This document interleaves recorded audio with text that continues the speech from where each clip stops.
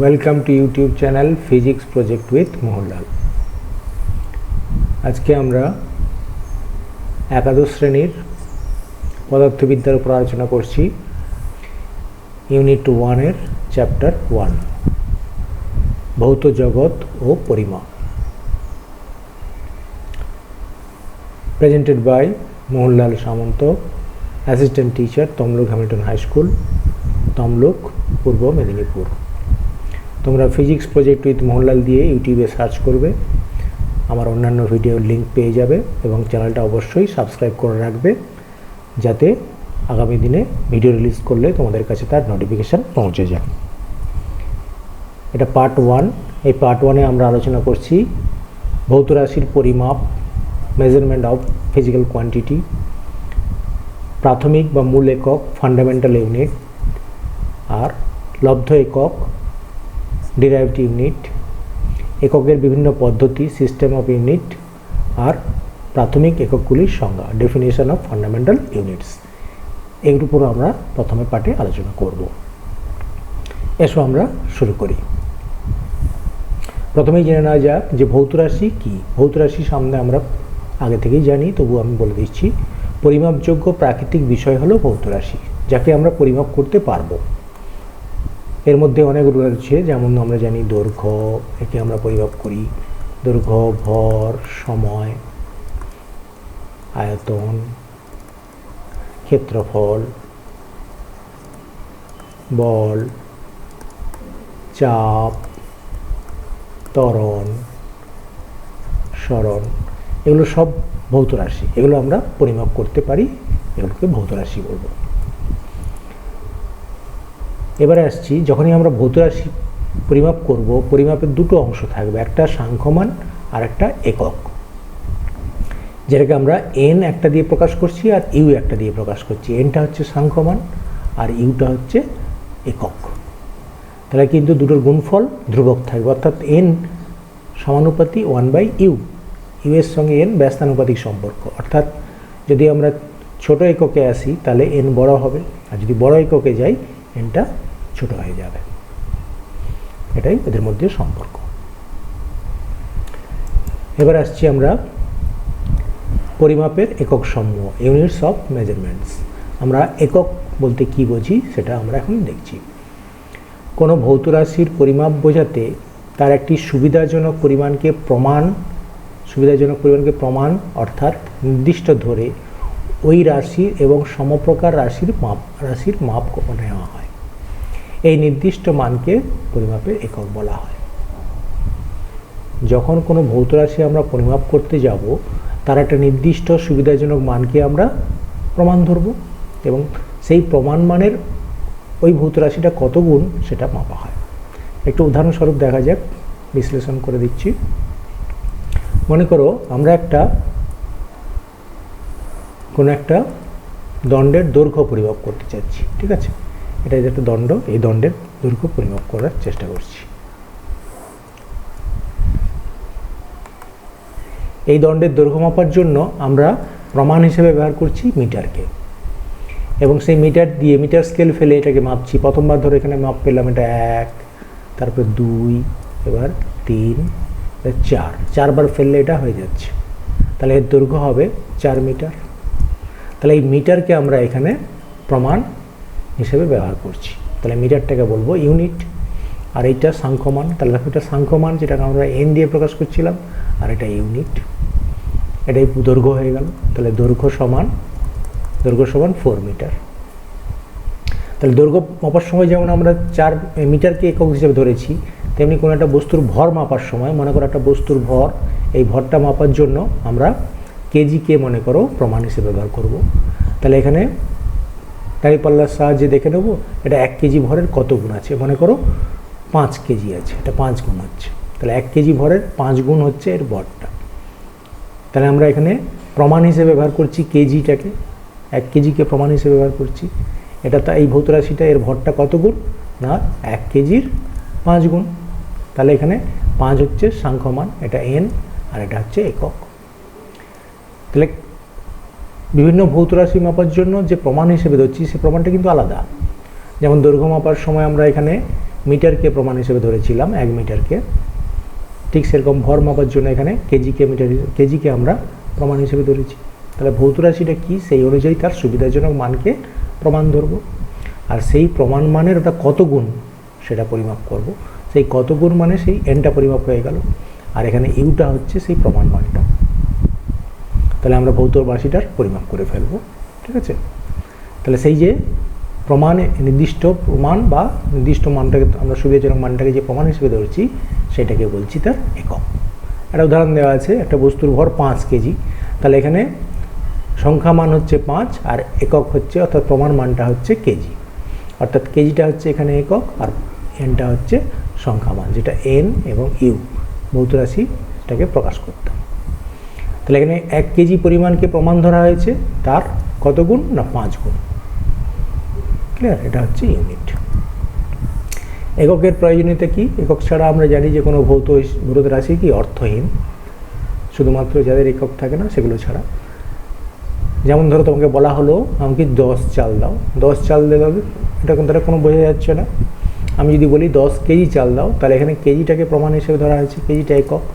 তাহলে 1 কেজির 10 গুণ চাল দিতে বলা হচ্ছে, তাহলে একটা সুস্পষ্ট ধারণা আমরা পেয়ে যাচ্ছি। তাহলে কেজিটা যদি বাদ দিয়ে বলা হয় তাহলে কিন্তু সেখানে সুস্পষ্ট ধারণা পাওয়া যাবে না। 10 পড়লে 10 গ্রাম হতে পারে, 10 কেজি হতে পারে, 10 কুইন্টাল হতে পারে, ইত্যাদি আলাদা রকম একক হতে পারে, ঠিক আছে। 10 মিলিগ্রাম বা 10 কিলো, 10 মেগা, 10 টন, 10 টন হতে পারে, ঠিক আছে। এরকম অনেক রকম একক হতে পারে। তাহলে কোনটা আমি ব্যবহার করবো সেটাকে বুঝতে পারছি না, তাহলে তোমাকে পরিষ্কারভাবে বলে দিতে হবে, ঠিক আছে। এবার এসে যাচ্ছি আমরা এককের। দেখো এককের একটা ভাগ রয়েছে, সেটা হচ্ছে প্রাথমিক একক। যে সমস্ত ভৌত রাশির একক পরস্পরের উপর নির্ভরশীল নয় এবং যাদের একক থেকে অন্যান্য ভৌত রাশির একক গঠন করা যায়, সেই সমস্ত রাশিগুলির একককে বলা হয় প্রাথমিক একক। এটা খুব গুরুত্বপূর্ণ, মনে রাখবে। আমাদের এই যে ভৌত রাশি রয়েছে, ভৌত রাশির সংখ্যা অনেক, সেই অনেক ভৌত রাশির পরিমাপ করার ক্ষেত্রে কিন্তু আমাদের প্রাথমিক যে একক রয়েছে সেগুলো কিন্তু সংখ্যায় খুব কম। আমরা দেখব মাত্র 7টা প্রাথমিক একক রয়েছে। সেই 7টা প্রাথমিক একক দিয়ে অন্যান্য ভৌত রাশির একক আমরা গঠন করে ফেলি। তাহলে দেখো এখানে বলেছে সেই যে 7টা যারা পরস্পরের উপর নির্ভরশীল নয় আর যাদের এককের সাহায্যে অন্যান্য একক গঠন করা যায় তাদেরকে আমরা বলছি প্রাথমিক একক। এই প্রাথমিক একক যেমন রয়েছে দেখো, দৈর্ঘ্য, ভর, সময়, তড়িৎ প্রবাহ মাত্রা, তাপমাত্রা, পদার্থের পরিমাণ আর দীপন প্রাবল্য। এই যে 7টা, 1, 2, 3, 4, 5, 6, এই 7, এই 7টা হলো প্রাথমিক একক। এদের সাহায্যেই আমরা অন্যান্য এককগুলো নির্ণয় করব, কিন্তু এরা পরস্পরের উপর নির্ভরশীল নয়, বুঝেছো। দৈর্ঘ্য ভরের সঙ্গে নির্ভরশীল নয় বা ভর সময়ের সঙ্গে নির্ভরশীল নয়, এরা কেউ কারো উপর নির্ভরশীল নয়। আবার এদের সাহায্যেই গঠন করে দেবো অন্যান্য ভৌত রাশির একক, ঠিক আছে। তাহলে এগুলোকে আমরা বলবো প্রাথমিক একক বা ফান্ডামেন্টাল ইউনিট বা মূল একক। এবার চলে আসছি লব্ধ একক। ঠিক বলা হচ্ছে, তার মানে প্রাথমিক একক দিয়ে যারা আমরা যে সমস্ত একক আমরা গঠন করব, যে সমস্ত ভৌত রাশির একক এক বা একাধিক প্রাথমিক এককের দ্বারা গঠন করা হয় সেই সমস্ত রাশির একককে বলা হয় লব্ধ একক, তাই তো। তাহলে প্রাথমিক একক দিয়ে আমরা যে সমস্ত একক গঠন করছি সেগুলোকে বলছি ডিরাইভড ইউনিটস বা লব্ধ একক। এই লব্ধ এককের সংখ্যা অনেক হবে, আমরা কয়েকটা আলোচনা করব। এখানে যেমন দেওয়া আছে দেখো, বল, কার্য, ক্ষমতা, তড়িদাধান, বিভব, তড়িৎ রোধ, তড়িৎ ধারকত্ব, চাপ, কম্পাঙ্ক, চৌম্বকাবেশ, এগুলো হচ্ছে সব ভৌত রাশি। এদের এককগুলো দেখো, তাহলে বলের একক ইউজ করা হয়েছে নিউটন, কার্যের একক জুল, এগুলো সব হচ্ছে ডিরাইভড ইউনিট বা লব্ধ একক। বা বেগের একক যেমন আমরা একটা দেখে দিচ্ছি, বুঝিয়ে দিচ্ছি। দেখো, যদি আমরা খুব সহজ যেটা আমরা উদাহরণ দেখছি, বেগের একক, ঠিক আছে। বেগ হচ্ছে ভৌত রাশি, আর এককটা হচ্ছে কি না মিটার পার সেকেন্ড। তাহলে বেগ সমান আমরা জানি, দেখো বেগ হচ্ছে কি সরণ বাই সময়। তাহলে সরণ হচ্ছে দৈর্ঘ্য, সরণটা আসলে দৈর্ঘ্য বাই সময়। তাহলে দৈর্ঘ্যের একক হচ্ছে কি মিটার, আর সময়ের একক সেকেন্ড, তাই দেখো মিটার পার সেকেন্ড এসছে। তাহলে দেখো এই যে বেগের বেগ ভৌত রাশির এককটা আসলে এটা দৈর্ঘ্য আর সময়ের এককের সাহায্যেই এটাকে গঠন করা হয়েছে, যার জন্য এটা হচ্ছে লব্ধ একক। ঠিক আছে, এরকম করে আমরা যদি একই রকমভাবে কার্যের একক দেখি, কার্য সমান কি, বল গুণিত ত্বরণ।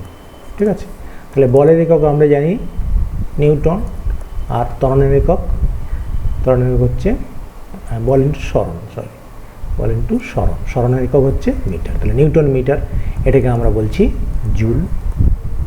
ঠিক আছে, এগুলো সব লব্ধ একক। বা এমনি আমরা যদি ত্বরণ বলি, ত্বরণের ক্ষেত্রে কি হবে, ত্বরণ সমান কি আমরা জানি, বেগের পরিবর্তন বাই সময়। তাহলে বেগের পরিবর্তন মানে আমরা যদি একক হিসেবে বসাই, তাহলে ত্বরণের একক কি হবে, ত্বরণের একক, তাহলে আসবে উপরে বেগের একক, তাই তো, বেগের একক বাই সময়, সময়ের একক। বেগের একক এইমাত্র আমরা পেয়েছি, বেগের একক মানে কি হচ্ছে, তাহলে metre per second by second, অর্থাৎ মিটার পার সেকেন্ড স্কোয়ার। তাহলে দেখো এটাও ঠিক সেরকমভাবে দৈর্ঘ্যের একক আর সময়ের এককের সঙ্গে সম্পর্কযুক্ত। তাহলে ত্বরণের এককটাও কিন্তু লব্ধ একক।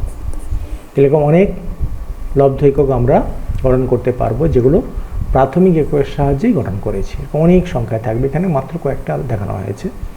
এগুলো সব প্রাথমিক এককের সাহায্যেই গঠন করা হয়, এই জন্য এদেরকে আমরা বলি লব্ধ একক।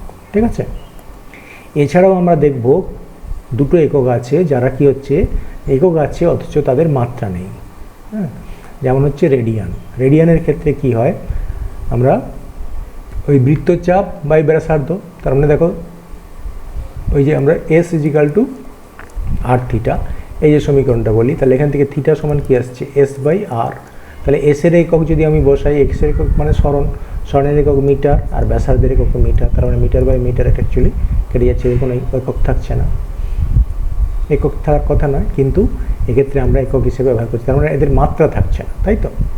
এই দেখো অ্যাঙ্গেলের ক্ষেত্রে আমরা কি করি, কোণ মাপার ক্ষেত্রে আমরা যদি একটা কোনো বৃত্তচাপ অঙ্কন করি, এই বৃত্তচাপটা এর কেন্দ্রে যে কোণ করেছে সেই কোণটাকে যদি আমরা থিটা বলি, এখানে যদি আমরা থিটা বলি, আর যদি এস হয় এবং বৃত্তচাপের ব্যাসার্ধ যদি ব্যাসার্ধটা আর হয়, তাহলে আমরা জানি এস ইজিক্যাল টু আর থিটা। তাহলে এই থিটা সমান হচ্ছে এস বাই আর।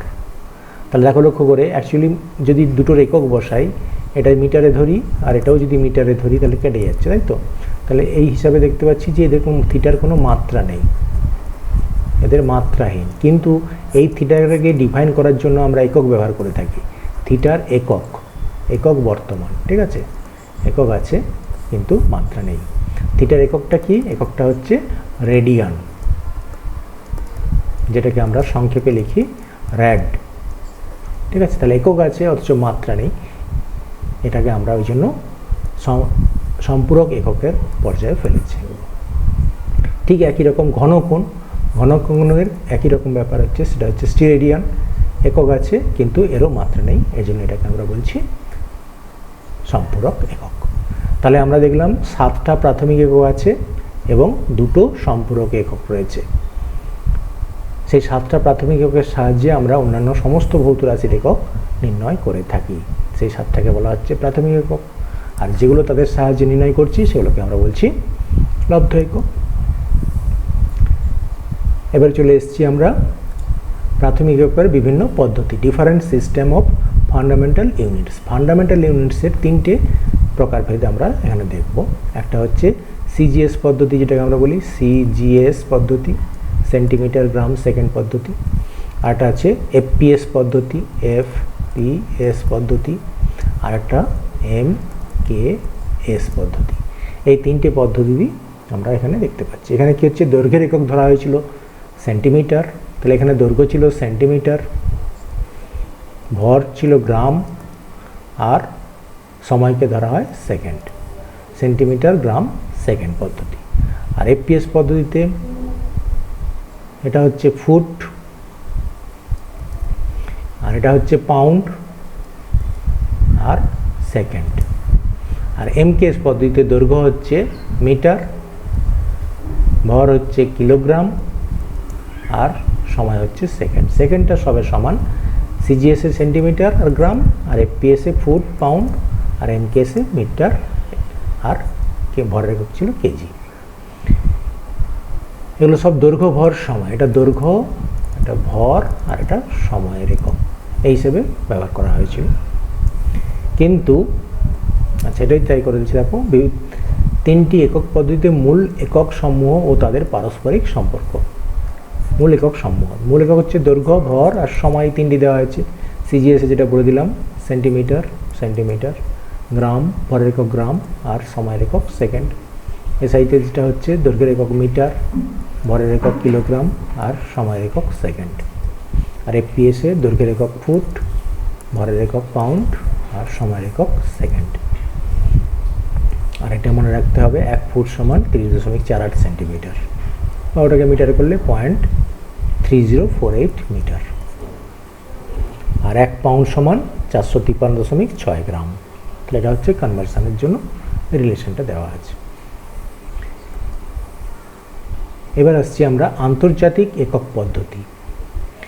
আন্তর্জাতিক বিজ্ঞানী সংস্থাগুলি, ইন্টারন্যাশনাল সায়েন্টিফিক সোসাইটিস, 1960 খ্রিস্টাব্দে সর্বসম্মতিক্রমে একটি আন্তর্জাতিক একক পদ্ধতি বা ইন্টারন্যাশনাল সিস্টেম অফ ইউনিটস অবতারণা করেন। তার মানে আগে যেটা এমকেএস পদ্ধতি ছিল, এমকেএস পদ্ধতি ছিল, সেখানে তিনটে ছিল। একটা ছিল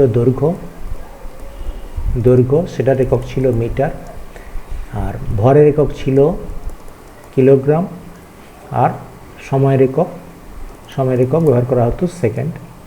এর সঙ্গে আরও, এটা তিনটে, তাহলে আরও 4টে জুড়ে দেওয়া হয়েছে, দিয়ে সেটাকে 1960 সালে একটা নতুন পদ্ধতি আমরা করেছি, সেটা হচ্ছে এসআই ইউনিট।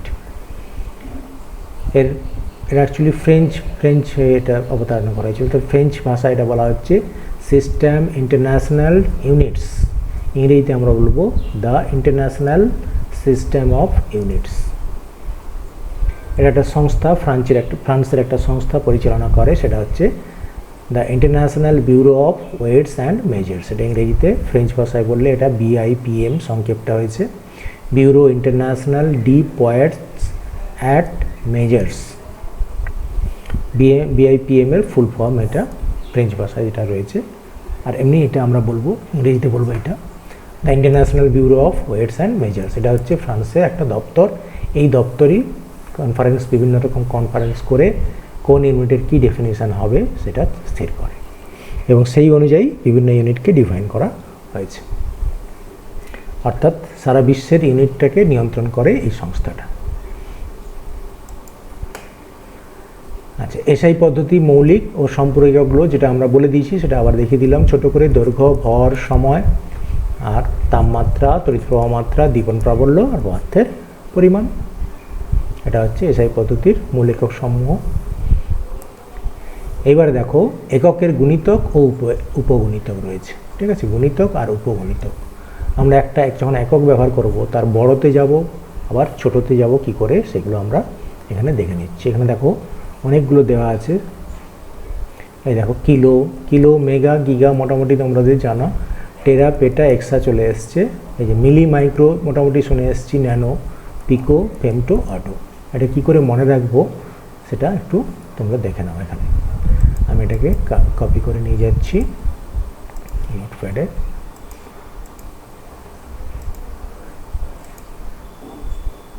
আচ্ছা, এটা মনে রাখার জন্য তোমাকে একটা ছোট্ট স্টেপ বলছি। দেখো, তুমি একটা সরলরেখা অঙ্কন করবে। এই সরলরেখাটা আমি হরাইজন্টাল টানছি, এরকম হরাইজন্টাল একটা লাইন।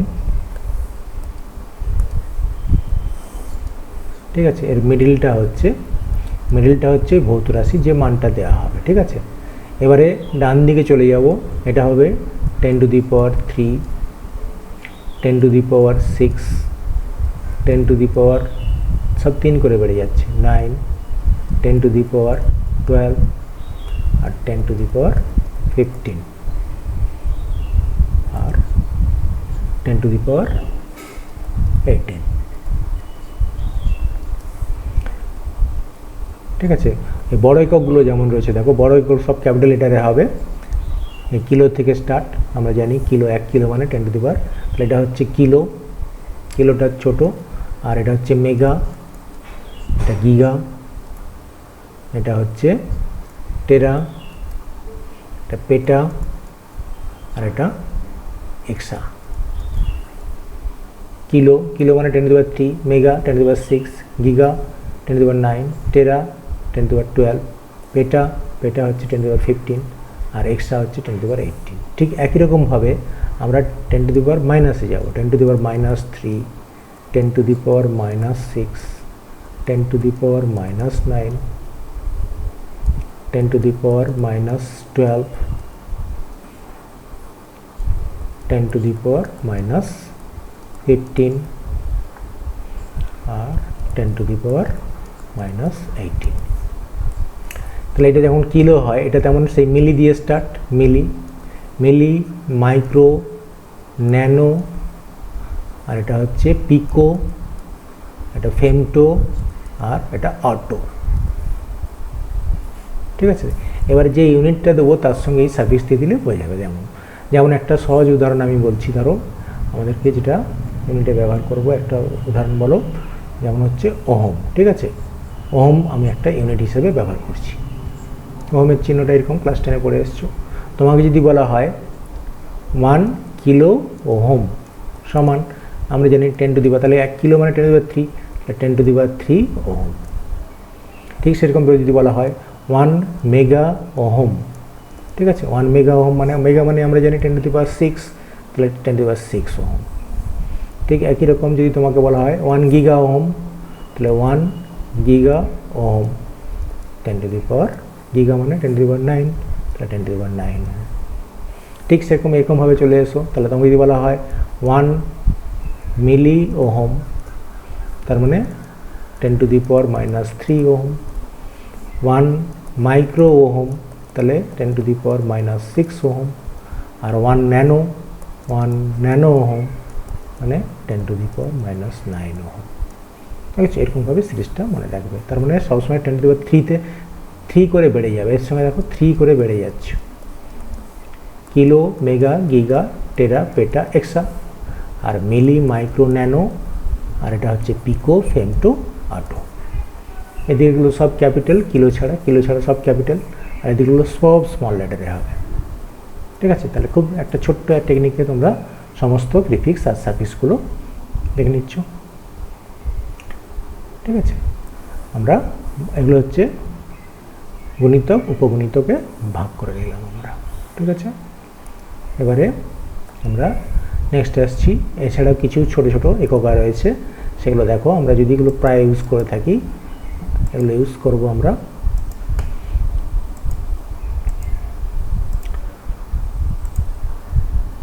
এই দেখো, আমরা প্রায় ইউজ করে থাকি মাইক্রোমিটার। ঠিক আছে, মাইক্রোমিটার এই যে ইউনিটটা আমরা প্রায় ইউজ করে থাকি। মাইক্রোমিটার মানে মনে থাকবে, তাহলে সিম্বল দেখো mu M, 1 mu M, micrometer.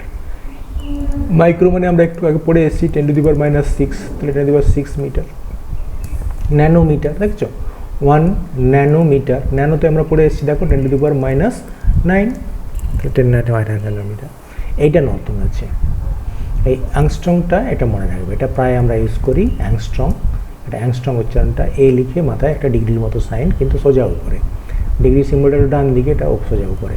1 angstrom সমান, এটা মনে রাখবে 10 to the power minus 10 metre. এটা প্রায় ইউজ করা হয়। ঠিক আছে, এটা খুব ভালো করে মনে রাখবে। আর ফার্মি, যেটা নিউক্লিয়াসের ব্যাস্টেজ মাপার জন্য আমরা ইউজ করে থাকি, সেটা হচ্ছে 1 fermi equals to 10 to the power minus 15 metre, যেটা আমরা করে এসেছি একটু আগে দেখো। আর 1 এক্স ইউনিট মাইনাস 13 মিটার। আর এটা নতুন এসছে বার্ন, এখন barn equal to 10 to the power minus 28 metre. আর মাইক্রন, মাইক্রন মানে সেই 10 টু দি পাওয়ার মাইনাস 6, এটা 1 মাইক্রন সমান 10 to the power minus 6 metre. তাহলে তোমাদের কাছে নতুন এলো এই তিনটে, প্রায় না এই চারটে, অ্যাংস্ট্রং, ফার্মি, এক্স একক, বার্ন, এই চারটে নতুন এসছে। অ্যাংস্ট্রং মানে মনে রাখবে 10 to the power minus 10 metre, fermi মানে 10 to the power minus 15 metre, আর এক্স একক মানে হচ্ছে মাইনাস 13 মিটার। আর বার্ন, বার্নটা সবচেয়ে ছোটো এখানে চলে এসছে 10 to the power minus 28 metre, 28 metre. ঠিক আছে, এগুলো একক হিসেবে আমরা ব্যবহার করে থাকি। এবারে রয়েছে দেখো কিছু এককের তার ডেফিনেশন, দৈর্ঘ্যের কিছু গুরুত্বপূর্ণ এককগুলো আমরা দেখে নেব। প্রথমে যেমন আমরা যেটা ইউজ করি আলোকবর্ষ, লাইট ইয়ার, এটা প্রায় ইউজ করি আমরা গ্রহ নক্ষত্রের দূরত্ব মাপার জন্য আমরা এগুলো ব্যবহার করে থাকি। শূন্য মাধ্যম, দেখেছো মাধ্যমটা বলতে হবে, কারণ বিভিন্ন মাধ্যমে আলোর বেগ বিভিন্ন, তাই শূন্য মাধ্যম অবশ্যই বলতে হবে। তাহলে শূন্য মাধ্যমে আলো 1 বছরে যে দূরত্ব অতিক্রম করে তাকে আমরা বলবো 1 আলোকবর্ষ।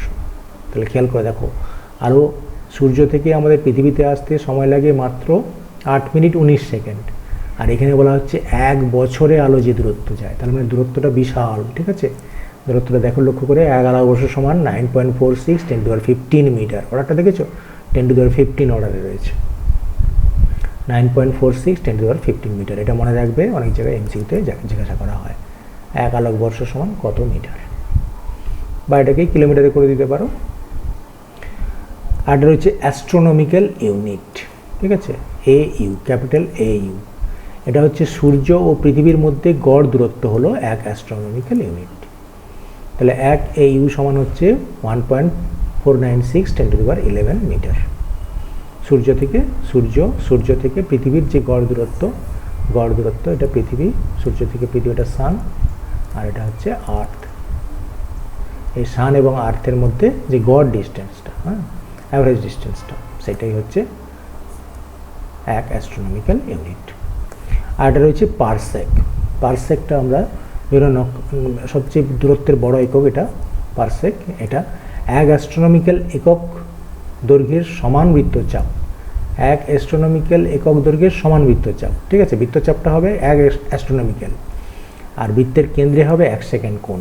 তার মানে আমি এটাকে ছবিতে দেখিয়ে দিচ্ছি। দেখো, আমরা যে সেই যে S=r থিটা সেইটা করেছিলাম, সেইটা এখানে লক্ষ্য করে দেখো। আর একটা বৃত্তচাপ আঁকছি, বৃত্তচাপটা, এই বৃত্তচাপ এটা S, আর এইখান থেকে পরিমাপ করা হচ্ছে। তাহলে এই যে বৃত্তচাপের দৈর্ঘ্যটা হবে, এই বৃত্তচাপের দৈর্ঘ্যটা হবে 1 অ্যাস্ট্রোনমিক্যাল ইউনিট। ঠিক আছে, আর এই কেন্দ্রে এই কোণটা হবে 1 সেকেন্ড। ঠিক আছে, 1 ডিগ্রি নয়, 1 ডিগ্রির 60/1 ঠিক আছে, 1 ডিগ্রির 60/1 1 মিনিট, তার আবার 60/1 1 সেকেন্ড। ঠিক আছে, এই কোণটা হবে, থিটাটা হবে 1 সেকেন্ড, যেটাকে আমরা লিখছি 1, এরকম 1 দিয়ে সেকেন্ড। ঠিক আছে, সেকেন্ডে ডাবল চিহ্ন হয়, 1 সেকেন্ড 1 সেকেন্ড।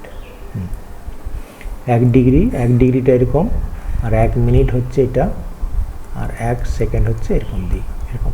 এটা 1 ডিগ্রি 1 মিনিট 1 সেকেন্ড, এটা 1 ডিগ্রি 1 মিনিট 1 সেকেন্ড, ওই 1 সেকেন্ড কোণ উৎপন্ন করবে। ঠিক আছে, দেখো 1 সেকেন্ড কোণ উৎপন্ন করবে কেন্দ্রে। তাহলে এই যে দূরত্বটা হবে 1 পারসেক। তাহলে 1 পারসেক মানে দেখো বিশাল একটা দূরত্বকে বোঝাচ্ছে।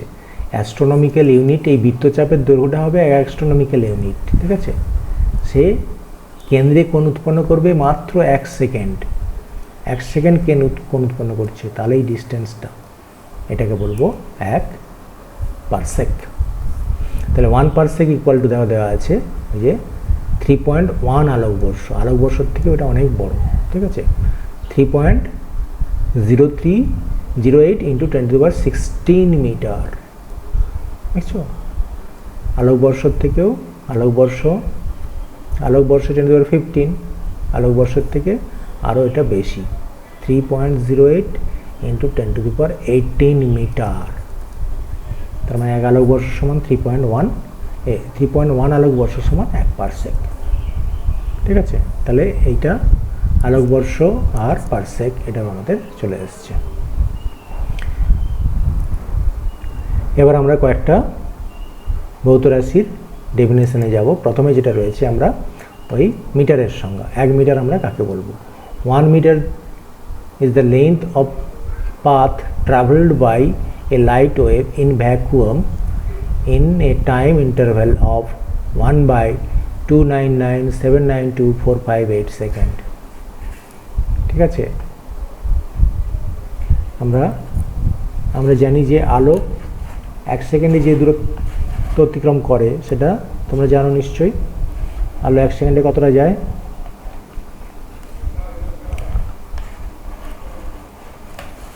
আচ্ছা, এখানে দেখে দিচ্ছি, দেখো।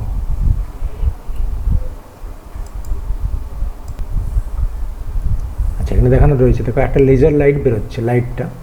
লাইটটা ওই 1/299, ওই যে 1/299792458, এই এত সেকেন্ড সময়ে, দেখছো, 1 এত সেকেন্ড সময়ে আলো যে দূরত্ব অতিক্রম করছে সেইটা হচ্ছে 1 মিটার।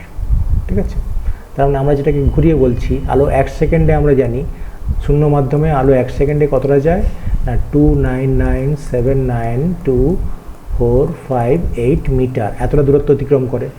তাহলে আমি যদি 1 অত সেকেন্ড করে দিই তাহলে নিশ্চয়ই 1 মিটার হয়ে যাবে, তাই তো? তাহলে এত সেকেন্ডে আলো নিশ্চয়ই 1 মিটার দূরত্ব অতিক্রম করবে শূন্য মাধ্যমে, সেটাই মিটারের ডেফিনেশন দেওয়া হয়েছে। ঠিক আছে, এবার এসে যাচ্ছি আমরা কিলোগ্রাম। ফ্রান্সের প্যারিস শহরে আন্তর্জাতিক ব্যুরো অফ ওয়েটস অ্যান্ড মেজার্সের অফিসে রাখা প্ল্যাটিনাম ইরিডিয়াম বেলনের ভরকে আমরা 1 কিলোগ্রাম হিসেবে ধরি। এটা ক্লাস 9 থেকে পড়ে আসছো। ফ্রান্সের এই যে দপ্তরটার নাম মনে রাখবে, আন্তর্জাতিক ব্যুরো অফ ওয়েটস অ্যান্ড মেজার্সের দপ্তর। সেই দপ্তরে প্ল্যাটিনাম এবং ইরিডিয়ামের তৈরি একটা সংকর ধাতু রয়েছে, সেটার ভরটাকে আমরা 1 কিলোগ্রাম হিসেবে ধরি। এবার রয়েছে সেকেন্ডের সংজ্ঞা।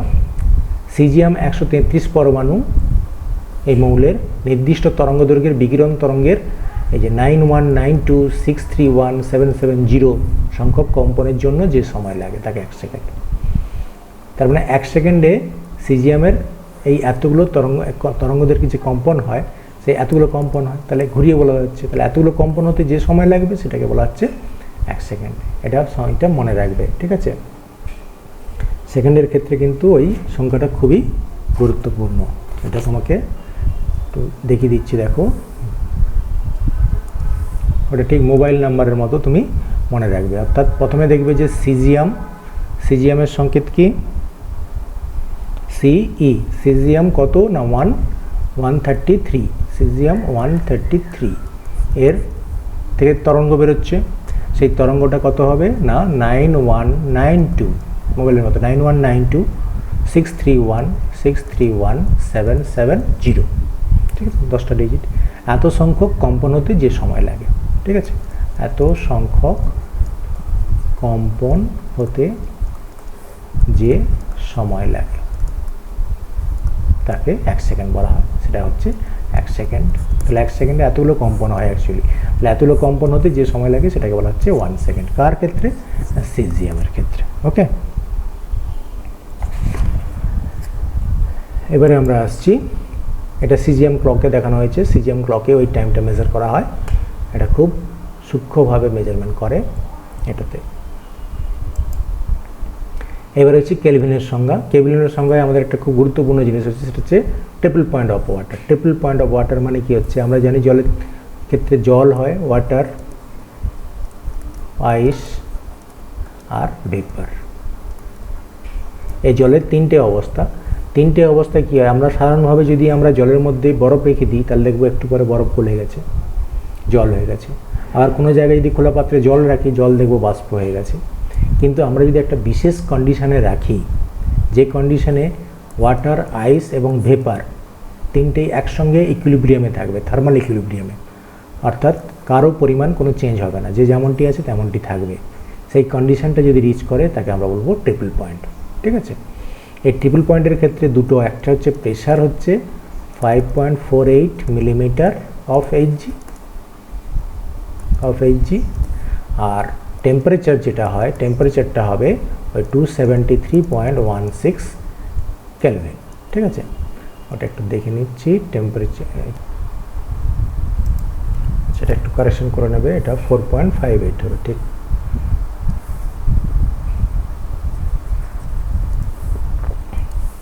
এটা হবে 4.58 মিলিমিটার অফ এইচজি, আর টেম্পারেচারটা হচ্ছে 273.16 কেলভিন।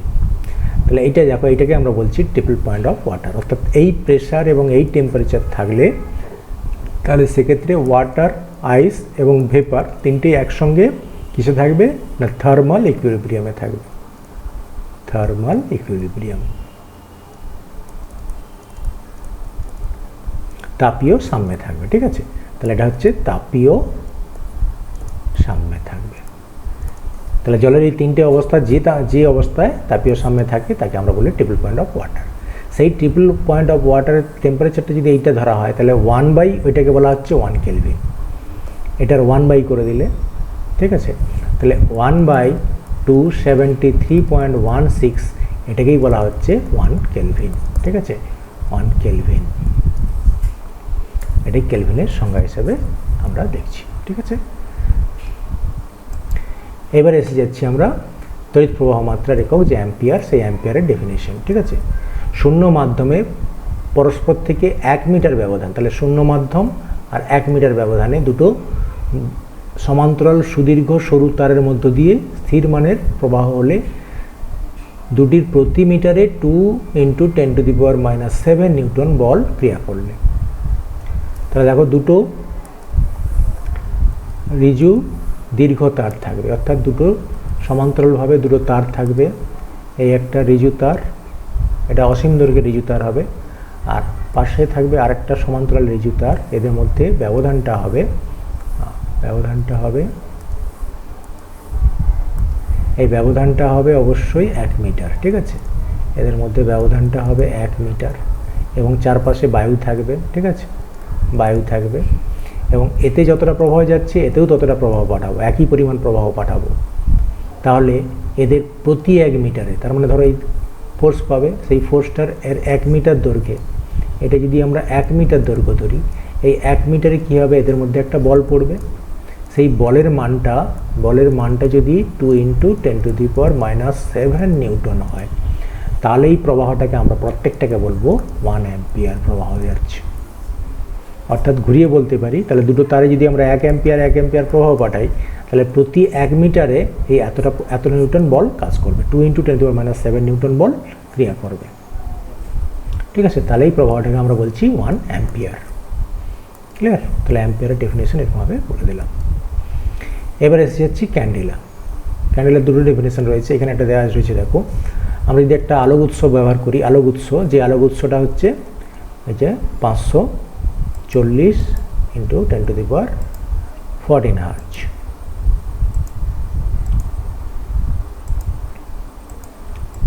তাহলে এখানে একটা আলোক উৎস রয়েছে, এই আলোক উৎস থেকে আলো চারিদিকে ছড়িয়ে পড়ছে। তাহলে এই আলোক উৎস থেকে যে আলোটা বেরিয়ে যাচ্ছে তার কম্পাঙ্কটা এটা 540 × 10⁻12 এই হার্জে হতে হবে, অর্থাৎ মনোক্রোম্যাটিক রেডিয়েশন চারদিকে ছড়িয়ে পড়ছে, একটা বিশেষ তরঙ্গের আলো চারদিকে ছড়িয়ে পড়ছে। এখানে যদি আমরা ইউনিট সলিড অ্যাঙ্গেল কল্পনা করি, অর্থাৎ এর থেকে যে দূরত্ব যাচ্ছে এই ইউনিট সলিড অ্যাঙ্গেল, এখানে সলিড অ্যাঙ্গেলটা হবে 1 স্টেরেডিয়ান। ঠিক আছে, 1 SR। এই একক সলিড অ্যাঙ্গেলের মধ্য দিয়ে যদি দেখা যায় যে 1/683 ওয়াট, অর্থাৎ এই পরিমাণ যদি শক্তি, আলোক শক্তি এখানে প্রবাহিত হয়, তাহলে এই আলোক উৎসটাকে বলবো, এর দীপন প্রাবল্য হবে 1 ক্যান্ডেলা। ঠিক আছে, আমরা দেখছি তাহলে একটা আলোক উৎস থেকে যে বিকিরণটা যাবে তার ফ্রিকোয়েন্সি হবে 540 × 10⁻12 হার্জ। সেই আলোটা চারিদিকে ছড়িয়ে পড়বে 1 স্টেরেডিয়ান ঘনকোণের মধ্য দিয়ে যদি 1/683 ওয়াট আলোক শক্তি প্রবাহিত হয়, তাহলে আমরা সেই দীপন প্রাবল্যটাকে ধরবো 1 ক্যান্ডেলা। ক্লিয়ার?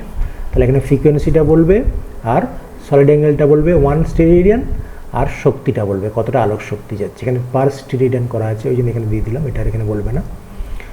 তাহলে পার স্টেরেডিয়ানে এত ওয়াট আলোক শক্তি প্রবাহিত হবে, 1/683 ওয়াট।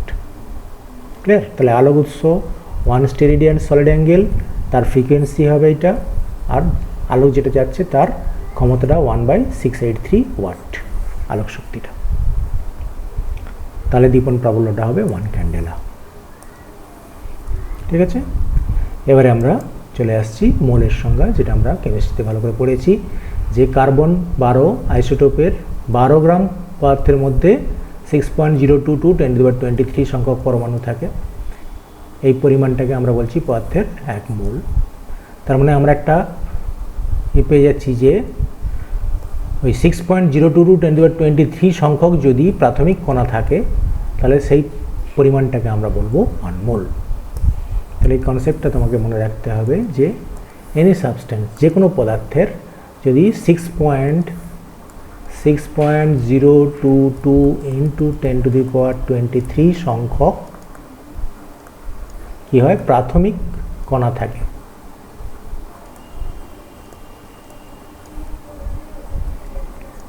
তাহলে তার পরিমাণটাকে আমরা বলবো 1 মোল। ঠিক আছে, এইটা কন্ডিশন হতে হবে 6.022 × 10⁻23 সংখ্যক প্রাথমিক কণা থাকতে হবে। তার মানে আমরা যদি বলি যে কোনো জায়গায় রয়েছে 6.022 × 10⁻23 সংখ্যক এতটি ইলেকট্রন রয়েছে। ঠিক আছে, তাহলে আমরা বলবো সেখানে 1 মোল ইলেকট্রন রয়েছে। ঠিক আছে, 1 মোল ইলেকট্রন রয়েছে। এরকমভাবে আমরা কনসেপ্ট করতে পারি।